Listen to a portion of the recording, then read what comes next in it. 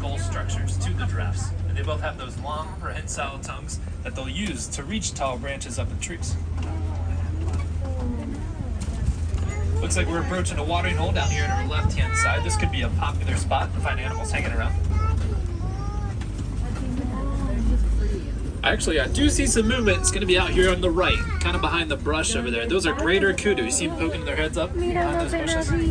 It looks like those are both females. I didn't see any horns on their heads. The males have huge spiraling horns that reach about 6 feet long. I know it's tough to see them back there. These animals can be so challenging to find at times.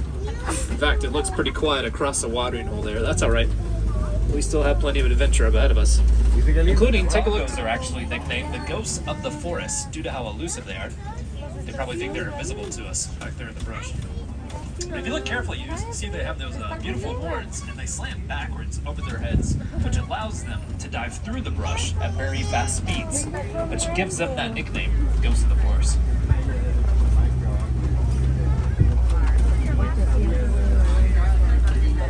On our left, you're going to see these two beautiful birds out there enjoying the sunlight. Those are the saddle-billed storks. But this is a rare sight to see the hippo out of the water like this. You can see how large they get. Fully grown hippos like this guy here weighs in at about 2.5 tons. If I'm not mistaken, it looks like he is sleeping standing up. Look at him. Resting his head there on the ground. How funny is that? I'm sure he was up there grazing and eating some of that grass, but maybe he got tired. Sunlight just beating down on him. That put me to sleep. A great time to come through here for sure. We can see them out of the water like that. Now, since we know hippos reside in the river, I'll tell you the trick to try to spot them. Because rather than swimming up towards the top of the surface, these hippos are actually going to walk or run along the bottom of the river. So that's where I'm keeping an eye out for them. These large birds that are there on the edge of the island, those are pink-backed pelicans. However, they only get their pink coloring. We're going to head in the savannah here in a moment. If you take a look to the right, that's the Baobob Tree. We'll find a few more of these throughout the reserve. Nicknamed the Upside-Down Tree due to their branches looking like roots.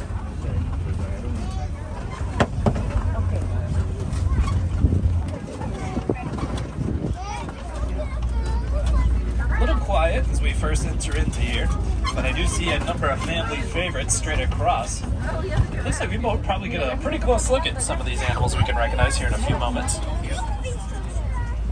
Definitely in those cameras ready as we're going through here. In the meantime, I'm actually going to be keeping an eye on our left-hand side here for a rare sight. And in fact, I see one just across the way. That is an African wild dog. See him just in front of that den? Beautiful animals. They are nicknamed the painted dogs due to the unique colorings and markings that they have on their coats.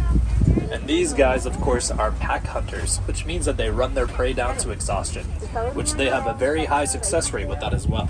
In fact, they have a higher success rate than some of the larger cats of Africa do.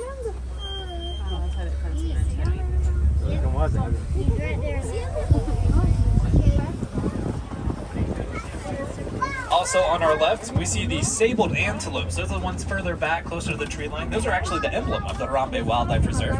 We chose them as our emblem because within the wild, they're known as the protectors. These are white-bearded wildebeests, incredibly migratory animals. Wildebeests herd in huge groups of over 1 million, believe it or not. And then take a look up ahead. We have a whole group of giraffes through this area here. A group of giraffes like this would be called a tower. What's unique about this tower, we have a youngest giraffe right here to our left. He's probably standing somewhere around 10, maybe 11 feet tall, so has quite a bit of growing to do before reaching the 20-foot height range with some of these other adult giraffes. We'll hang out here because there's one crossing our path straight ahead. Now this species of giraffe, these would be called the Masai Giraffes, and we can tell because they have these rough-edged spots that are throughout their entire bodies. These rough-edged spots are unique to each giraffe, the same way that our fingerprints are unique to each one of us. And also, these are termite mounds we're driving past. See this giraffe was pitching her face on one of these. They're created from 3 key ingredients, which are dirt, spit, and dung. So that means, kids, you do not want to play in those termite mounds. And then also up ahead, we have the zebras hanging out in this area here. Now I mentioned a group of giraffes called a tower. A group of zebras would be called a dazzle. Dazzle of zebras. They kind of answer the age-old question about them, whether or not they are black with white stripes, or maybe white with black stripes. Well, our researchers actually tell us they are predominantly black with white stripes. You can base that on the coloring of their noses and hoofs. See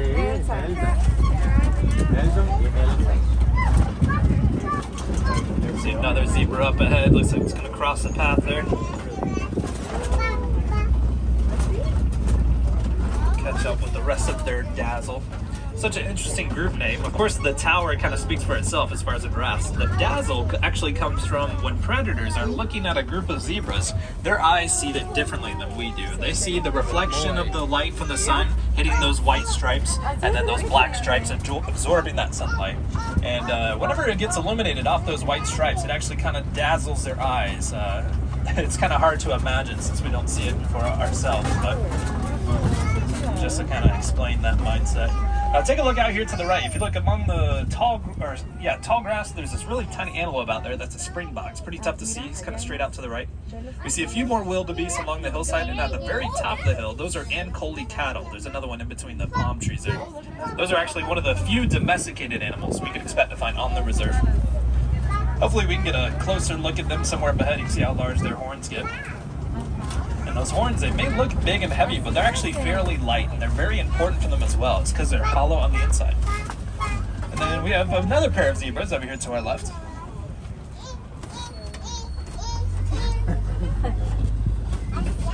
And with that being said, I'd say we've had pretty good luck so far here on our adventure, and hopefully this luck can continue on, because coming just up ahead, we are going to be approaching elephant country. So let's definitely keep our eyes peeled and our fingers crossed. We'll hopefully be able to spot the herds from out here today.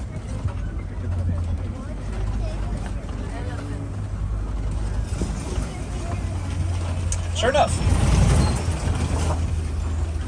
If I had to guess, I would assume this is a male African elephant. Looks like he's out here on his own. Males, as they get older, often form these sort of solitary groups or bachelor groups away from the rest of the herd. Take a look out here to our left. This is a rare sight. There's a Mandrel Monkey. Actually, a few of them in between these trees here. If you get a good look at their faces, they have a rich red and blue coloring on their face. Highly resembles a Disney character we all know and love, who's actually modeled after the Mandrels. They're one of the largest of monkey species and one of the few who are ground-dwelling monkeys, which makes them a little bit easier to find over there. Now having to look up in the trees for them.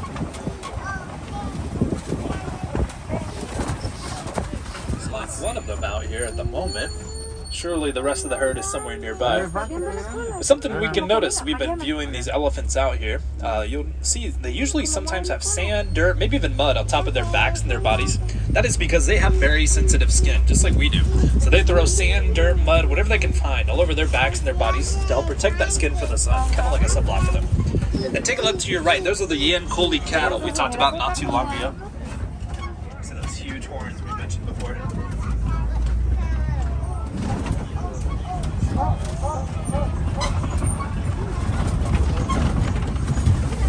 Surprised to not see anybody out here hanging out in the watering hole. I think I might see another elephant over that ridge over there. Also, we are coming around to an island of greater flamingos.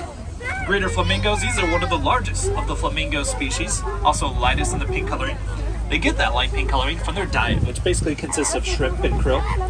If you look carefully among their island, you might see a few of the younger flamingos out there. They'll have the darker gray feathers. And what's kind of unique about flamingo chicks, whenever they first hatch, they are born with that dark gray coloring. It's not until they reach full adulthood, around 2 to 3 years old, where they finally develop the rich pink coloring that we have recognized them with. Yeah. Oh, really? Oh, there's the elephants right there to your left. Oh my gosh. Oh, wow. Almost missed them. Oh, this is not. Must be something over there in the shade for them. How funny.